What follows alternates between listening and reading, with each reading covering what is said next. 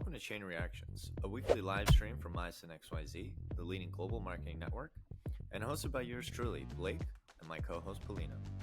Tune in each week as we jam on the latest happenings in the wild and wonderful world of Web3. We're live on unlonely.app every Wednesday, 12 p.m. Eastern, and release the pod every following week on Tuesdays.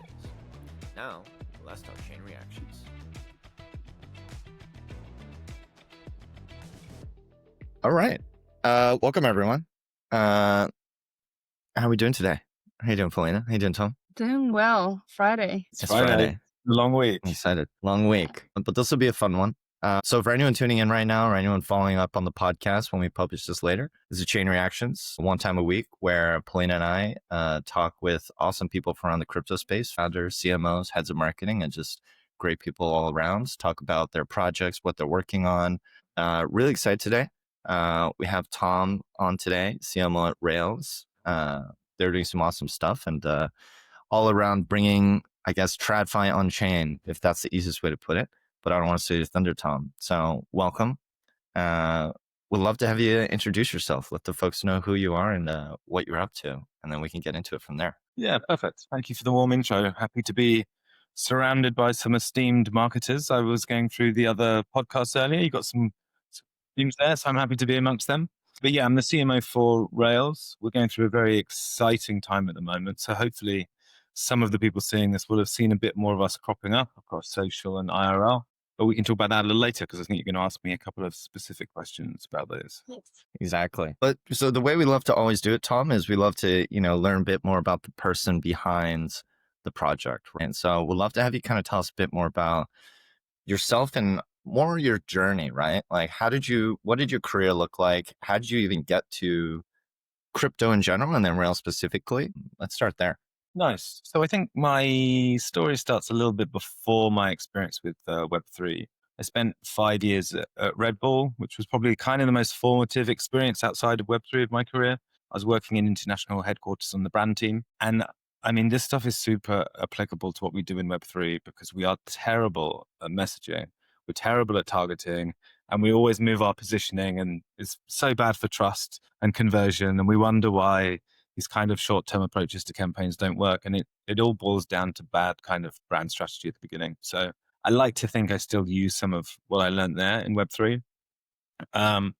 But around 2017, I was a bit active in a few crypto communities, jumping on board, in fact, aping into some kind of ICOs in 2017, which was super fun, probably not very educational because I didn't know what I was doing, but kind of showed me the way. At that stage, I was working in tech startups, and it took me a while to find the right opportunity to move into Web3, but I could see loads of VC money moving from tech startup into blockchain. And so I wanted to attach myself to that budget, to that growth, and to that kind of learning. And so in 2021, I joined Crypto VC, and my job was mostly incubating the portfolio projects. So in 2021, the hype cycle was pretty much NFT marketplaces, play-to-earn games in digital fashion, just different iterations of the same, trying to reskin the same tokenomics in a different way with a different brand on top. I remember those days. It was a crazy time. Crazy. How lofty our goals were.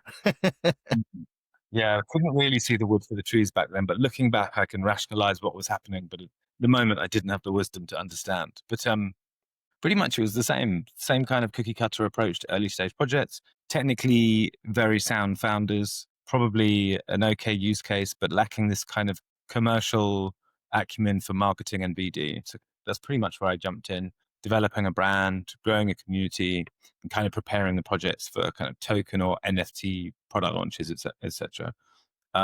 Working for a VC was super fun because they wanted to ship it, they wanted to create that revenue, they wanted to get out. Ultimately, not the best driver of long-term growth or long-term successful projects. So I was quite happy to move on after that. After that, I was in Bitcoin mining as a service. This was pretty fun because we were trying to make Bitcoin mining accessible to Web2 investors, kind of obfuscate the experience. So give them kind of the exposure to the rewards, but kind of minimize the risks for them. It's like early DATs before DATs took off almost, kind of.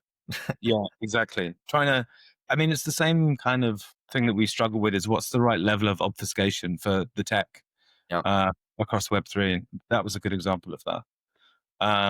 And then after that, I moved to on-off ramps, which, I mean, interesting business, massive volumes, not really being able to make much profit with those. So I was very interested when the Rails guys came knocking. I think as Yep. you've experienced, the Rails leadership team is super persuasive and very passionate. And so it Yep. didn't take me very long to jump on board the Rails train. And then I'm here, really. I've been here since April, I think, just at a time where we're really trying to gear up, grow the brand, grow the community, and also grow the commercial side of the business, bring partners on chain, and big commercial partners that will see us growing through 2026. So it's been super exciting, but I'm not gonna lie, I'm a bit tired. I mean, you have TGE coming up, right? You have the commercial side of things, like making the business work. I can only imagine. But to just kind of back up a bit, and for those who maybe don't know Rails, although you guys are all over the place now, I feel like, in 1 minute or less, like, what are you doing? What is Rails doing? And what is the problem that you're solving? Mm-hmm. So we position ourselves as the blockchain for banks, but in terms of the product, what it means is we're an architecture that connects private permission chains with a connection to public DeFi. So the private side gives banks and institutions the control and governance, which is completely essential for them, but with access to the public DeFi. This gives them access to innovation and also demand for the RWA products that they're serving. So it's something that lots of people have tried to solve, but in different ways, but in ways that make compromises that mean it doesn't work for the institutions. Without the institutions, you don't have that liquidity and you don't have that user base to make it work. So the reason it works is for banks, they can offer their customers DeFi products and services and then take a spread on that. But far bigger is they can tokenize their receivables. And so they're essentially unlocking liquidity that's on their balance sheet. So for the bank customers, it means they can have the option to engage with DeFi products natively within their own app. And then the thing I think sometimes we don't explain as well as we should is that for DeFi users, we're bringing more liquidity on chain. We're bringing more options, more pools, deeper pools, more competition between protocols or incentives and fees, reduced slippage, all of those things that come from growing the ecosystem. And we're bringing this liquidity on chain as users on chain, but separately. So you don't really have to worry about, like, your grandmother isn't going to be entering meme competitions on crypto Twitter, but her liquidity, her custom can still benefit the DeFi ecosystem. I think that's the nice part, and something which I think we don't necessarily translate so well at the moment. A lot of DeFi users are like, but this is an institutional product. But the bigger vision is we're actually growing the whole DeFi ecosystem. Yeah, I think access. when I was doing the research, sort of, and it also felt very institutional to me. Your tagline is sort of bringing banks on chain, bringing $100 trillion on chain, and not so much the consumer part. So if you were to speak now about Rails, how, like, consumers, base consumers can use it versus what you see it like in a year, 5 years, how does the experience change, or what are you, like, working towards? Interesting. I think the challenge that we spending a lot of time on with our content is making sure that in the right places we're talking to the right audiences. We will always have need to bring on more institutional partners and retail partners because that's just the way we need to grow this. It's not quite a two-sided marketplace, but it's the same mechanics. And so we just need to continue to keep investing in the right messaging, the right channels, and hitting the right USPs. And for example, this is tough. I'm sure when you were doing research on our website, I couldn't tell based on your browsing behavior whether you're institutional or retail crypto.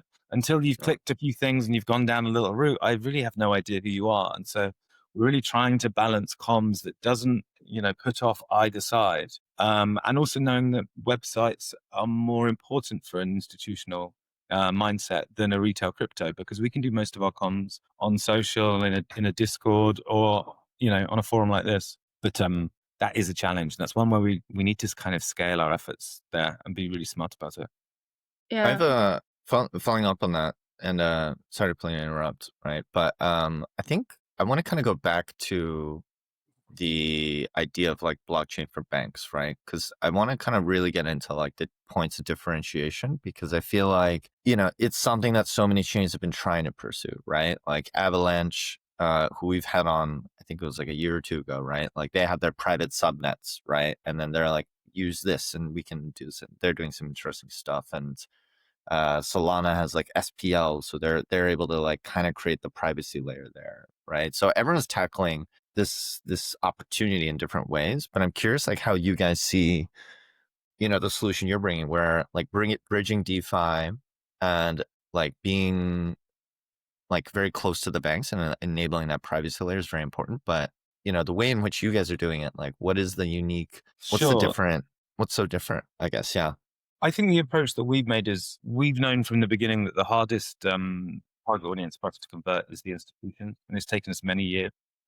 And so we've been working with them on a number or we've been working with central banks and regulators on projects and pilots for a very long time. And that's helped us to understand what are the mandated requirements for them to actually bring customers and bring liquidity on chain. Whereas I think what some other people have done is they've started building a chain and then trying to sell it to the institutions, which is not really Right. how it's approached. And by then there's such a sunk cost involved in the production of that you really need to keep pushing that.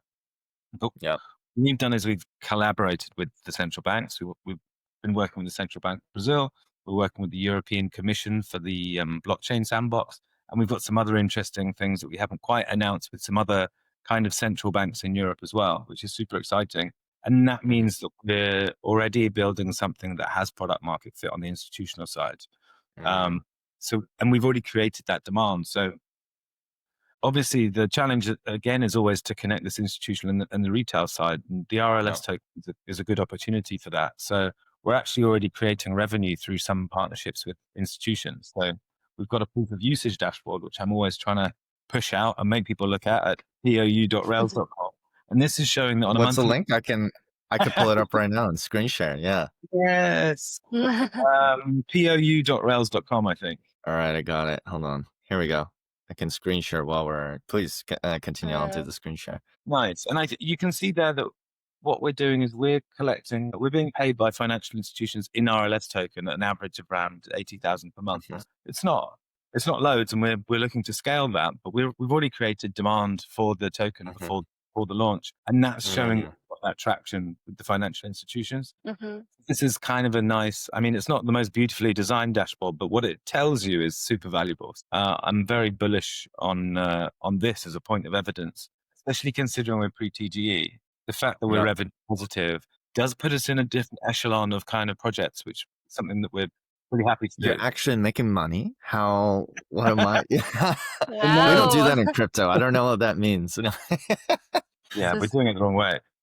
Normie strategy. That's good. It's good. Okay, but I want to keep pushing it on in on this, right? So I'd love to kind of get a little bit deeper into the marketing efforts, right? Because I think you've been doing some interesting stuff with the cookie campaign and now Republic. Like, how has that been going? It seems like it's going pretty well, right? But what have the big learnings been? What have the big wins been?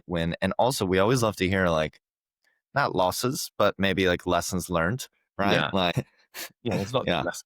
Sure. So we did our kind of community and public sale on Republic. There are lots of other platforms out there that were interesting for us. I was kind of interested in Republic because they've got some Web 2 credibility, and I was hoping they could bring some kind of net new users. In reality, I think most of the people who've invested in that sale are from our own community, maybe 80% or so. But it says something very positive about us being able to engage our community and the fact that they've got conviction in what we've been building. But I probably would have hoped for a bit more, especially on the US side from them. And obviously on the regulation side, we have to have a different offering for the US to be compliant. But actually, so this has been a bit more of a challenge, but the Reg D process means we've gone through a really high level of due diligence to prove, if you look on the landing page, for example, on the deal, everything there, we've had to validate, verify all of the clients, all of the claims, and cite everything. We actually had a Twitter space last week with Alexis from Yellow, and he was talking about how companies that go through the Reg D process for listing a sale are doing it the right way, because you really have to jump through a lot of hoops. It definitely would have been easier for us to go down a slightly more degen route, and I've got mixed feelings about whether or not we could have or should have done that, or maybe done in tandem. I think it's quite easy to look back and see, but I think Yeah, it's an interesting platform. It's definitely been a success for us. But I think maybe it would have been nice to also collaborate with another partner in the Web3 space at the same time. Yeah. That would be my Um, limit, I guess. I think there So was such sunk cost of work done to get this up to Reg D standard and get total sign off. It meant that we couldn't necessarily spend as much time synchronizing with a Web3 kind of more launchpad style. So you're saying that it would just give you more reach in like more city mindshare as well as new potential like Exactly. investors and engaged community members rather than your community mostly. Exactly. I think it's been outside of the investment, it's been very beneficial for us to be able to talk about something that gets a lot of engagement and attention and talks to the growth. Mm-hmm. So it's been useful from that side as well. Okay.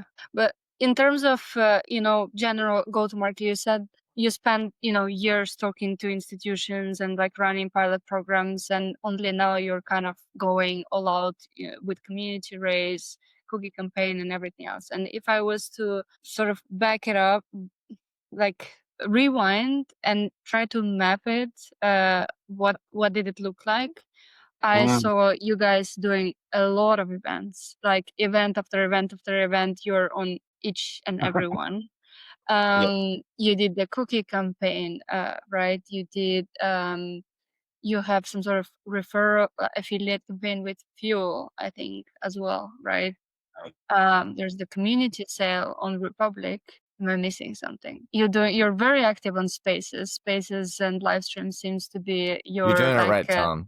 You're It's doing like, it right. very. I hope some of my team are watching this. This is really nice feedback. Thank you. Yeah, I think This seems to be your avenue of like communicating, and you're one of the few projects who have community calls quite regularly and founders on all the time showing their faces and things like that, which I think speaks to the Web2 background and also going and jumping through all the hoops with Reg being so transparent with where you are. So how did it look like, timeline wise? How did Sure. you map it out? So I think, we haven't had a workshop sat down and mapped out what the next 5 years looks like for our marketing plan. Yeah. But what we have had is some very collaborative discussions with advisors, investors, and the kind of partners that we want to be working with next year and kind of work back from that. Some feedback we got people earlier this year was that we were maybe a bit low on mindshare. And so then it was a very easy, quick win for us to rectify that, work with Q3 and now versus our kind of peer group, we're, outperforming them, which is nice. It's a nice tip. And then on the other side, obviously, I want to set some quite aggressive KPIs on community growth and engagement. And again, we got feedback from some partners that they want to understand that, when we TGE, you're going to bring volumes, you're going to bring new users. They want to see our stats. And so I've been quite transparent about sharing our data on our dashboard with partners so they can actually see in real time the good and the bad. And get that feedback on what we're doing. And it puts more pressure on us. It means that when we see a dip, we want to rectify it as soon as possible because we know we're not the only people that can see it.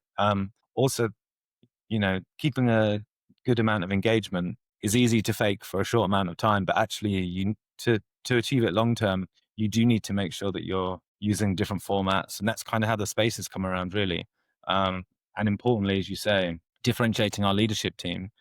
We've got some great characters, some great speakers, and also very different speakers that speak to very different audiences.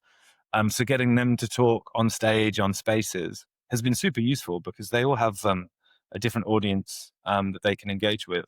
So it's kind of happened organically, but all at the same time. And obviously, with a relatively large community, it's interesting for us to be able to use this Fuel kind of loyalty program, just not so much to, I don't want to be contrived. It's always useful to be able to direct engagement, but from a brand side, it's super exciting if we can use this to educate people about the product, to get them to actually engage, tell us what they didn't understand about the light paper, or ask us if they want a specific blog or they want to see something in video format because we're just not explaining it. And that's a really nice bit of feedback, a feedback loop that we get from the community that otherwise those things can kind of get lost in the dark corners of Discord unless you create, a bit of a system for that. Yeah. And in terms of events, because you guys did so many, and events is a brand play, right? And for you, it seems like KPIs, numbers, like you said some aggressive KPIs. How did events play into this? I'm curious. And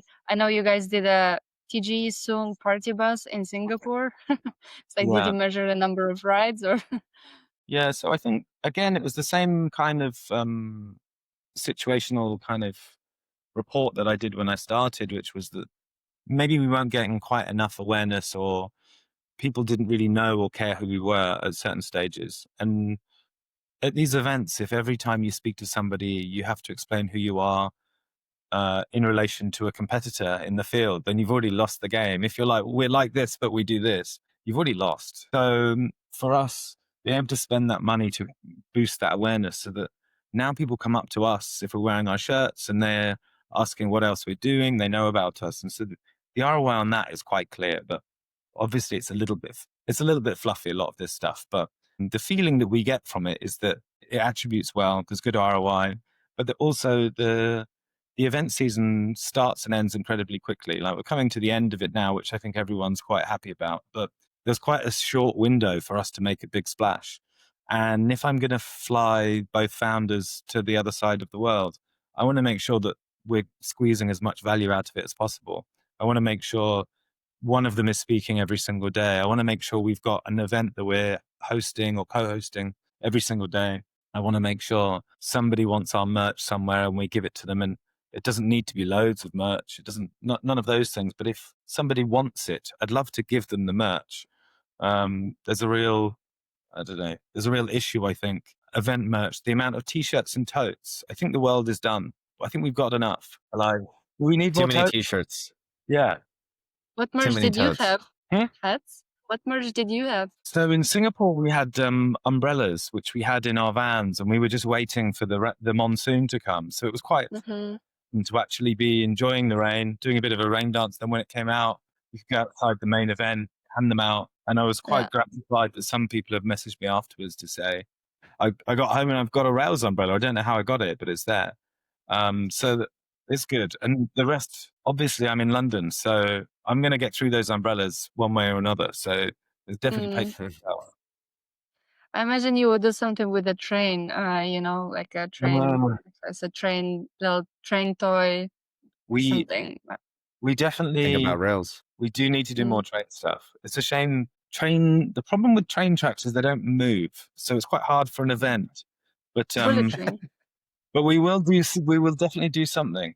The transport link is important, obviously, because the brand message is that we're connecting things. We're connecting TradFi and DeFi. So vehicles are always good for that kind of metaphor to play with.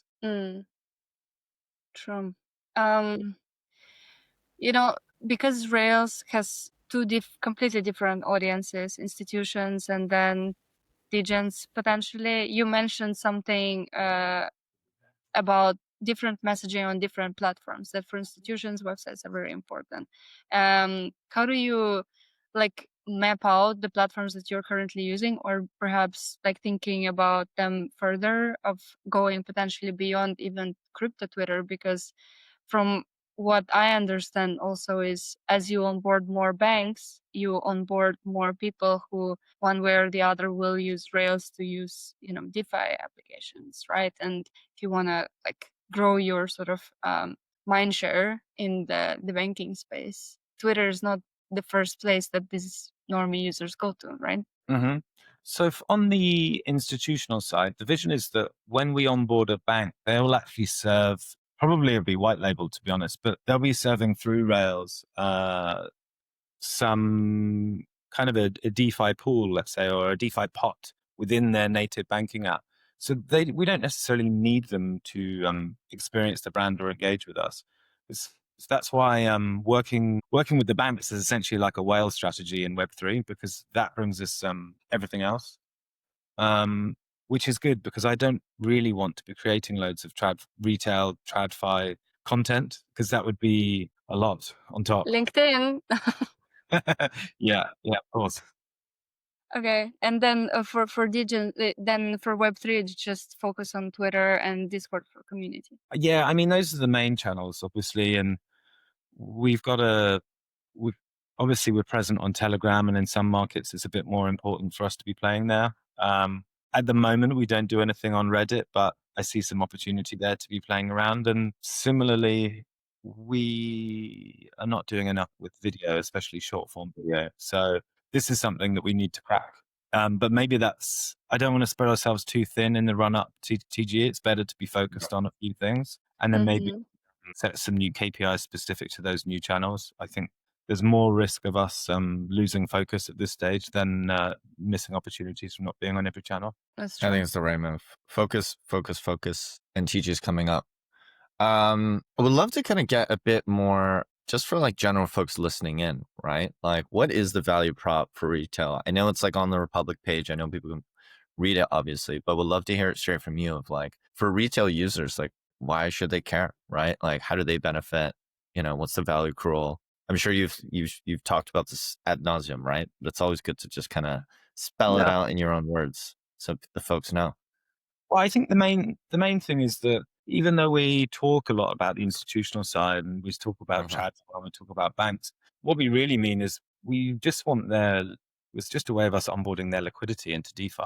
So as a crypto user, what we'll be doing is we're onboarding this liquidity, and essentially TradFi liquidity is 667 times the size of what's currently in DeFi. What we see in DeFi at the moment is protocols fighting over a very defined amount of users, having to use different incentives or derive more value from, issuing new tokens or credit cards, things like this. Whereas actually what we're doing is we're growing the ecosystem. As a DeFi user, if you're interested in engaging with different options or different yields, different vaults, we're bringing on so much liquidity that your options will be so much greater. The best thing for a consumer in any marketplace is choice. So there'll be increased depth of pools, transaction sizes will mean reduced fees, less slippage. And then obviously the funds are going to bring new innovation, new competitors, maybe even niche down products that we haven't even thought of that actually have got a slightly different use case, So essentially, like, we do talk a lot about TradFi. We just need to be better at translating that value to the DeFi users. It's a great question from you, and one that I think we don't answer well enough or often enough. But this is something I want to resolve. So doubling down on that, right? Like, I think what I'm really hearing from you, it's starting to make sense to me now, right? It's like this narrative of like, yeah, it's TradFi, but it's really, we're bringing in liquidity and then retail users can access it. But what I'm really hearing is like, there will be at some point in the coming months, like there's a desire to build out really like a Rails ecosystem, right? So curious, I don't know if you want to talk about it or not, right? But would love to kind of hear a bit more about like, what's your ideal ecosystem, right? Is it going to be more like partnering up with Aave and getting them to, use Rails, or at least like have a Rails pool? Or is it actually just trying to build your own version of it that Rails could fully own? Or right now we're seeing a lot of, and maybe this wouldn't make sense, but like a lot of neobanks, right? So is it like you launch your own neobank, even though you're getting liquidity from the, you know what I'm saying? Like, there's so many ways to think about it. Yeah. And I think some of that is coming from ways to increase your business valuation, right? Make it a bit clear and nebulous what your business model is. I think for us, it makes sense to maybe have a slightly hybrid approach. We don't need to be the liquidity provider. That's other people are doing that really well at the moment. If we can onboard them, see what we want to do.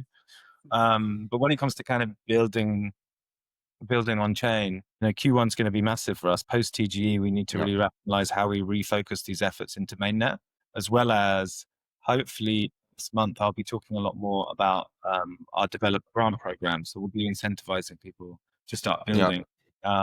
So this is really going to, there's that classic thing that obviously TGE is really the beginning of the race for us. I really, it's only going to get harder somehow. So, but we're really going to be refocusing on onboarding the builders and this mainnet launch in Q1. So there's a lot. And then, to be honest, there are so many different kind of partners as well that could work on our public chain.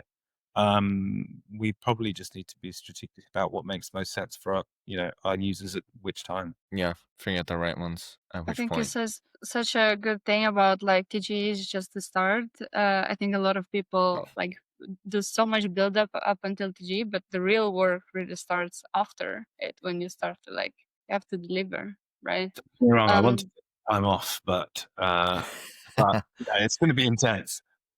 The Christmas holidays, that's the best time. Whole world Uh, shuts down. It'll be fun. I'm curious also, because you've been at Red Bull, you worked for a whole lot of brands within when you were in venture. What were maybe things that you learned that you see are very applicable now in the strategy at Rails? Maybe something that you did at Red Bull, because Red Bull, everyone considers a very big like marketing giant in a way, like Yeah, I think one thing that definitely I learnt and was proven in my time at Red Bull was that a high quality bar and consistency of messaging and visuals really does have like compounded impacts. So across the board, there is massive value, especially on social where, only X% are going to see this message. You really need to repeat over and over again in a way that's consistent with the last way they experienced your brand. And I think sometimes we are too busy trying to get attention in Web3 and not actually build on the brand that people are already aware of. I think people are too quick to pivot or do something eye-catching, whereas actually it's better if you can build on the distinctive asset that your brand is already built on. So I would love one of the drivers for me in terms of brand growth is really doubling down on distinctiveness and consistency of application. And I think this is something as an industry, we're not the best at. A couple of people It's do a lot it. of chasing the next hot meta, right? Yeah. The next copy pasta, just very silly things. I mean, at the same time, social is about like saying the same thing over and over again 1,000 times until the message sticks and your brand sticks. But the nature of social is that it's fragmented and you're, competing with everyone, influencers, I don't know, cooking shows, whatever that is. So not other brands and not, and that's why we're fighting for attention more so than ever, and figuring out what is actually a creative way to say our thing for the 1,000th time in a row and make our brand sticky. I mean, it's funny to say it, but it is true. We are fighting an attention war with cooking programs, with literally everything. So, it's a hard job. Next Rails live stream should come from a bullet train. You launch a bullet train content series, London to Paris. You pick up Blake and you just... Well, that's not a terrible idea. I'm just like It's spitballing really here good. now. My mind is humming. What you should do, Tom, is like you should go on the tube because you're in London, and then do the the man on the street ones. They do it in the New York subway where they have like the microphone. You should just interview. You should do your own interview series just on the tube, just like super cash. One of the fastest growing podcasts I think is called Business Class, and it's basically a podcast in the business class section of the airplane. I think it's a UK No way. podcast. Is it? Yeah, I mean they did a set, right? But it looks like they're on the plane, and it's growing very fast. Or like the chicken soup show on YouTube, Yeah, chicken shops. It's like the interview itself is so awkward and weird, and yet somehow it's so popular. Weird and awkward. Yeah, perfect. Do it on the tube. I'm telling you, fits in with the Rails thing. No, there definitely is something there. There definitely is. There's more viral marketing moments. Yeah, creator, in-house creator and stuff. But actually, in terms of like institutional acquisition and stuff, and I'm sure you probably have, it's very hard to get attention of very serious players in the space, right? Let's be honest, banks and stuff like that. So I'm guessing is that the founders at Rails are really convincing, and you just get your way into this institutions and get them in a room with you. But how does one do that? I know how in startups world you can launch some sort of like guerrilla marketing campaign and like send things in their office to get their attention and things like that. But now with like AI and biotech and health tech raising up and crypto the crypto is dying down, and a lot of people don't consider it as serious anymore because of the stigmas and everything. So how do you get that institutional attention and get them to consider your stuff serious? Yeah, I'd love to have some super kind of creative tactic. That's right. Most, I think it comes from the connections that the team Mm, have. So I think a bit classically for people in this field of kind of TradFi meets DeFi, some of our leadership team have significant experience with large TradFi businesses. And so having those connections, understanding how it is to work in those organizations, what those people need, massive. And then if we didn't have that, it would be incredibly hard because they are really gate kept. They do not trust the kind of content or the kind of business that we are so much. We would have to do like an account-based marketing approach. And I'm glad we don't because it's so labor intensive.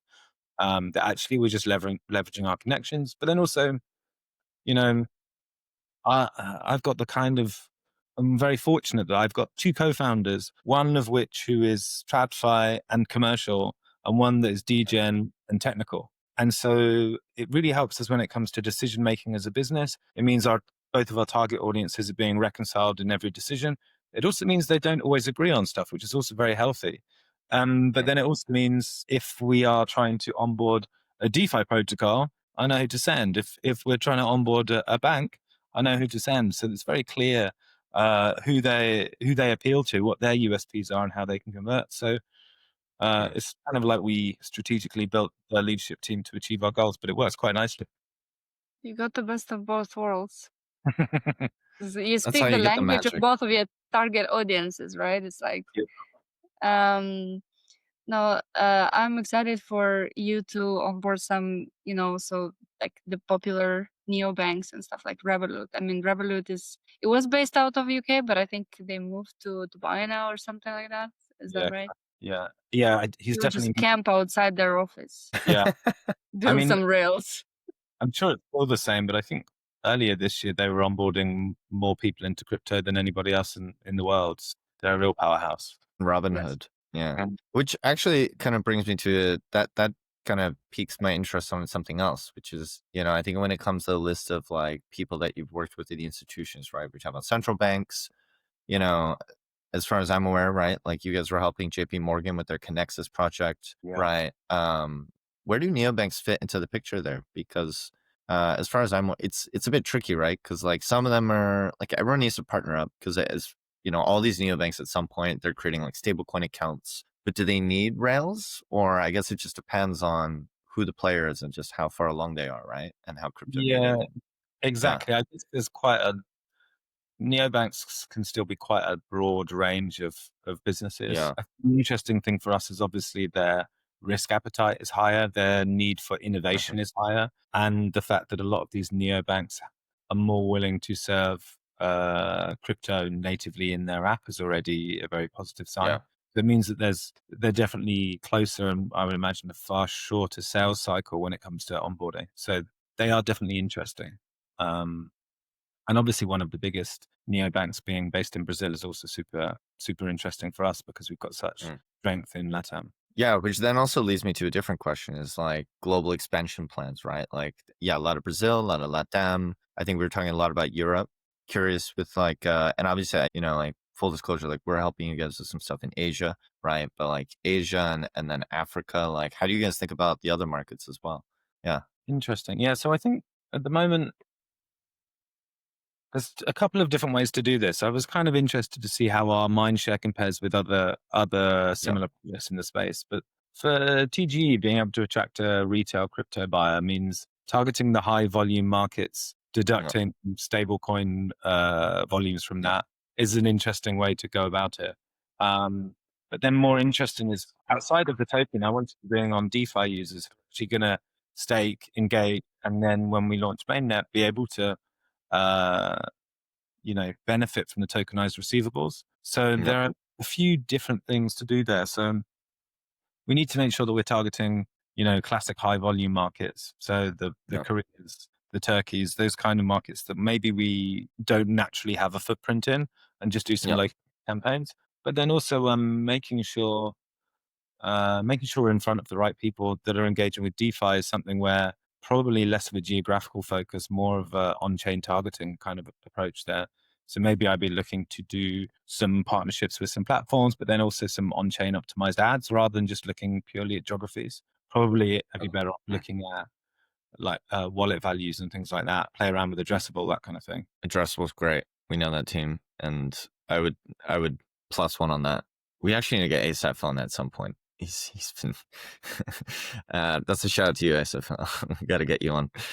Anyways, Speaking of addressable, and because it's one of the Mhm. tools, we mentioned Cookie, we mentioned Fuel. I'm curious, like you pre-TGE and later on, what is your like tool stack now? If you were to share some of the I think you've pretty much named all of it at the moment. So outside of that tool stack, a lot of our growth is coming from media partnerships with either KOLs or platforms, Yeah. and making sure that we're promoting the token in the right way, on token listing, airdrop platforms, all of those things that we know have got a broad reach. But yeah, I think across the InfoFi side, the loyalty program side, using Cookie as well for analytics to look at the campaigns and the Yeah. KOLs that we work with.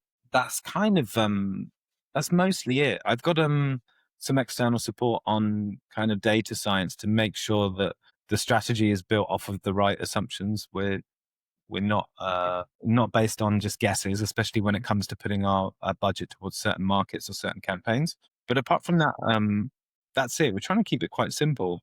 I've got quite clear KPIs, and until the token's launched, the KPIs are very much based on community engagement, community size, smart followers.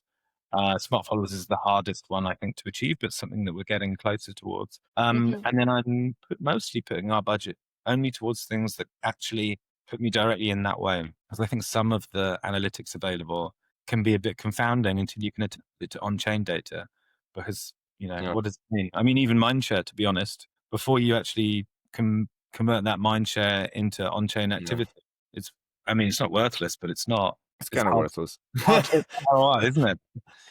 Yeah. It's like impressions versus conversions, right? A lot of people can be aware of it, but if they don't actually do the thing you want them to, then what the hell is the point? Yeah. Why just spend all that money? But there, your community and your messaging, that's what's important to make it sticky and to make it come across clearly. Because if you get all this volume, but then your branding, it starts from branding. I think design is really, really important with all the amazing projects in the space, that the bar is high. And the messaging and, then the offer, of course, what are they getting by using your product? Exactly. Yeah. So I think we've got a great megaphone and we can shout loud and loads of people will hear us, but I don't know yet what I can, make them do with that reach. Yeah. with all that power, what do Exactly. I do with them? And Well, I think Sorry, it'll go- be once you want to start building an ecosystem. That's what I'm really excited about, right? Like, one does not simply launch an ecosystem, right? It's like having this community already built out, having the liquidity coming in, having the partnerships in place is a very strong narrative that actually, I'm not saying it's going to be easy, but I think you have a leg up rather than someone who's just like, yeah, we start a blockchain and we're trying to attract developers. Like, with what? Right? Yeah, and the conviction for a developer to start building is far more effort and work than is required for somebody to buy a token or engage with something. So this is a real test that we can engage them, and also in their trust in the product, which is super important. Which is why everyone's so public facing here to differentiate ourselves.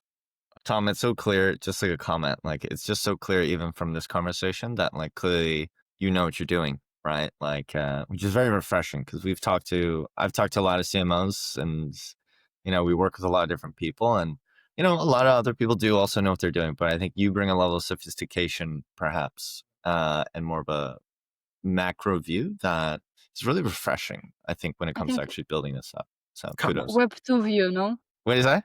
Cut that bit up. I need that. Yeah, exactly. We'll put in the social clip next week. You can send it to your team. I think we need to move on to the rapid fire now. Oh, yes. We are starting to come up on time, though. Unfortunately. Yes. Well, real quick, actually, the last thing we always love to ask is, what's the next big thing for you guys? I think it's self-evident, right? But if letting the folks know, like, it looks like Republic, I think you guys have a couple days left. When exactly is TGE? How can people expect to like participate? And then even after TGE, what's the next thing, right? Should be people be looking in the Discord, kind of waiting, is thinking about ecosystem and building the next big thing, like how, let the folks know. Yeah. Nice. So, yeah, as you say, the Republic sale is going to end very early Tuesday morning. I'll be glad it's done. I think it will sell out that 1.7 million probably. Let's see. Yeah. I'll be happy to celebrate that one. But then I really want to move forwards to TGE. So TGE is definitely going to be in November. Interesting timing because of what's happened in the market. So I'm glad to have a bit more space from that. See what happens to sentiment and general liquidity, mood. We can In use my some personal opinion, up only. I mean, you see how like it just because the guy tweeted something, it goes down, and then he says no, and it goes up. Like, yeah. interest rates will cut. It's really hard to say otherwise, but my hot take. And then after that, so probably just after around TGE is when we're going to be in Buenos Aires for Dev Connect. So Yeah. would love to focus some real builder activities at Dev Connect. It's perfect for us, and it's perfect timing. It's the last kind of major-ish event of the year. And then this will be very much connecting to kind of mainnet launch in Q1. I can't be more specific about, well, I don't want to be more specific about Q1, but already that seems quite close to me from where I'm sitting. So there's loads happening. And I think also over the next few weeks, we'll start pushing out a lot of the content and a lot of the partnerships that we've been holding back, waiting, in that run up to TGE to make sure we've got that nice cadence of announcements. So I'll be quite glad when we've got through this private sale. It's monopolizing a bit of our voice. And now we can start talking about the other exciting stuff we've been working on. Yes. I'm pumped. It's coming. So we should okay. be expecting good merch also on Dev Connect. Oh, yeah. Yes. You'll be judged. I'll be hooking. I am actually ordering some t-shirts for Zebu Lard. So after I've just said no more rubbish t-shirts, I really hope they're good. All right. We'll see. I'll I share. mean, it's the basics. Yeah. Share it out in Argentina. I think last year at ECC in Brussels, Paulina and I did because I gathered a lot of merch and we did like a S tier, A tier, B tier. We did a tier list of merch. If you have a strong showing, we'll see. Yeah. Okay, but we should move on to rapid fire because I know Paulina has a hard stop and we don't want to take up too much of your time, Tom. But we'll just kind of go back and forth and but most underrated marketing tactic in crypto right now. Underrated. I think being humble. I think many market and BDs are maniacs in crypto. I think just knowing the amount of time that we have to spend together in real life or on calls, just somebody that isn't monopolizing attention, time, and is actually collaborative or helpful. I think that's massively underrated. I love that. What's the most overrated one? Ooh, I think we spoke about it briefly, and I don't want it to be misrepresented, but mindshare without conversion. InfoFi does not solve your problems. It's a tool, not the result. And I think loads of projects use it as a press button, line goes up, success. But none of them, well, not true. Many of them do not connect to any tangible value to the project. And they're not, if you can't use it to promote important milestones that bring the valuable users to the project or make them convert, then it's just a really expensive airdrop. Yeah. I would, not to get too spicy, but I would point specifically to, I think, like Laudio. They were there was like a 1 week period, I don't even remember, it was like a couple months ago or earlier this year, and it just dominated everything and then just disappeared, right? Yeah. Because it's like, what's the point? Poof, right? Well, if you become famous for your mindshare but not your product, you've done it wrong. Yeah. I still don't really know what they are. So there you go. Okay, next one here. Which crypto brands or projects do you think are really crushing it? Aside from your own, of course. Yeah. This is funny. I think this is a bit basic. Oh, yeah, it's Base. Their brand is so strong. If it's ridiculous that they own a blue square, that's their distinctive asset. That is wild to me that somebody can do that. And within our space, they do own it. And on big punch, and it's one that's landed. True. Yeah, they've done a good job because I've been at Basecamp 1, I've witnessed their rise, and we're also like a base company as well. And so we're very much in that eco, and it's it's crazy. Like, and I think part of it comes from like having a charismatic, kind of like you were talking about, like a founder who can really be in the trenches, like that can be a public face, kind of like with you guys, what Marcos and Alex are doing, right? But having Jesse talk about it every day, and to be fair though, they do have the backing of Coinbase, so that helps their case. Yeah, but it's that not, in itself is not not underdogs. Yeah. But that in itself it's not guaranteed, right? Because there are other exchanges that have launched chains that do not have nearly that amount of, brand equity, I guess. Yeah. And also they've differentiated themselves in a really nice long-term brand way rather than trying to compete just based on, bought partnerships or, or some other chains do it differently. Or just trade more. They're doing creator economy. They're doing all these other things. Okay.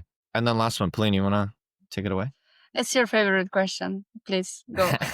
Okay, thank you.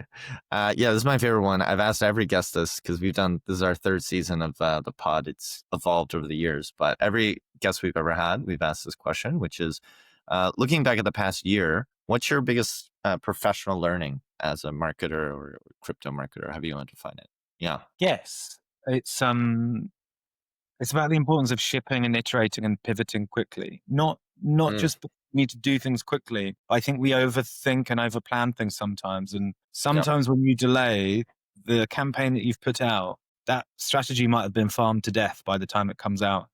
And then equally, those things which you think there's no meta in anymore, there's no alpha to be had from this tactic, we revisit it later. The way these hype cycles work means sometimes the good old things work. So kind of when everyone's zigging, if you zag, that is a pretty good strategy in this place because everyone is following each other and everyone follows the hype cycle. So there's always a space to be different, I think. And not many people are brave enough to kind of choose it. Yeah. Or I think maybe don't have that. Yeah.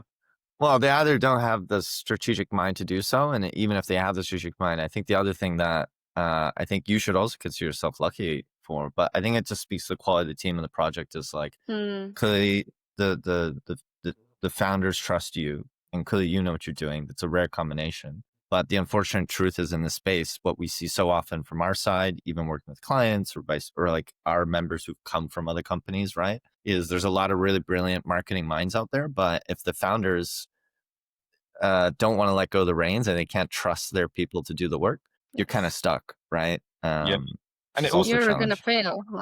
Yeah. And if you're not quick in Web3, then it just doesn't work. So if you do have those lengthy approval processes, your competitors are going to crush you. Got to be agile. Yeah. Gotta ship. All right. Well, listen, I think that's it. Tom, can you let the folks know where to find you, Rayls, where they should go? And then we'll wrap it up. Yeah, of course. So on Twitter, we're Rayls Labs. You should be able to find everything there. And then that's it. Use that. That's our hub. Everything on there is worth following. And you'll see that we're probably resharing some content as well from the founders. Alex and Marcus are very fun to engage with as well. So please follow them. All right. Thanks so much, Tom. This is a really fun conversation. Very bullish on Rayls and excited to see what comes next. Thanks, guys. All right. Thank you so much. Have a good one and see you online. Ciao, ciao.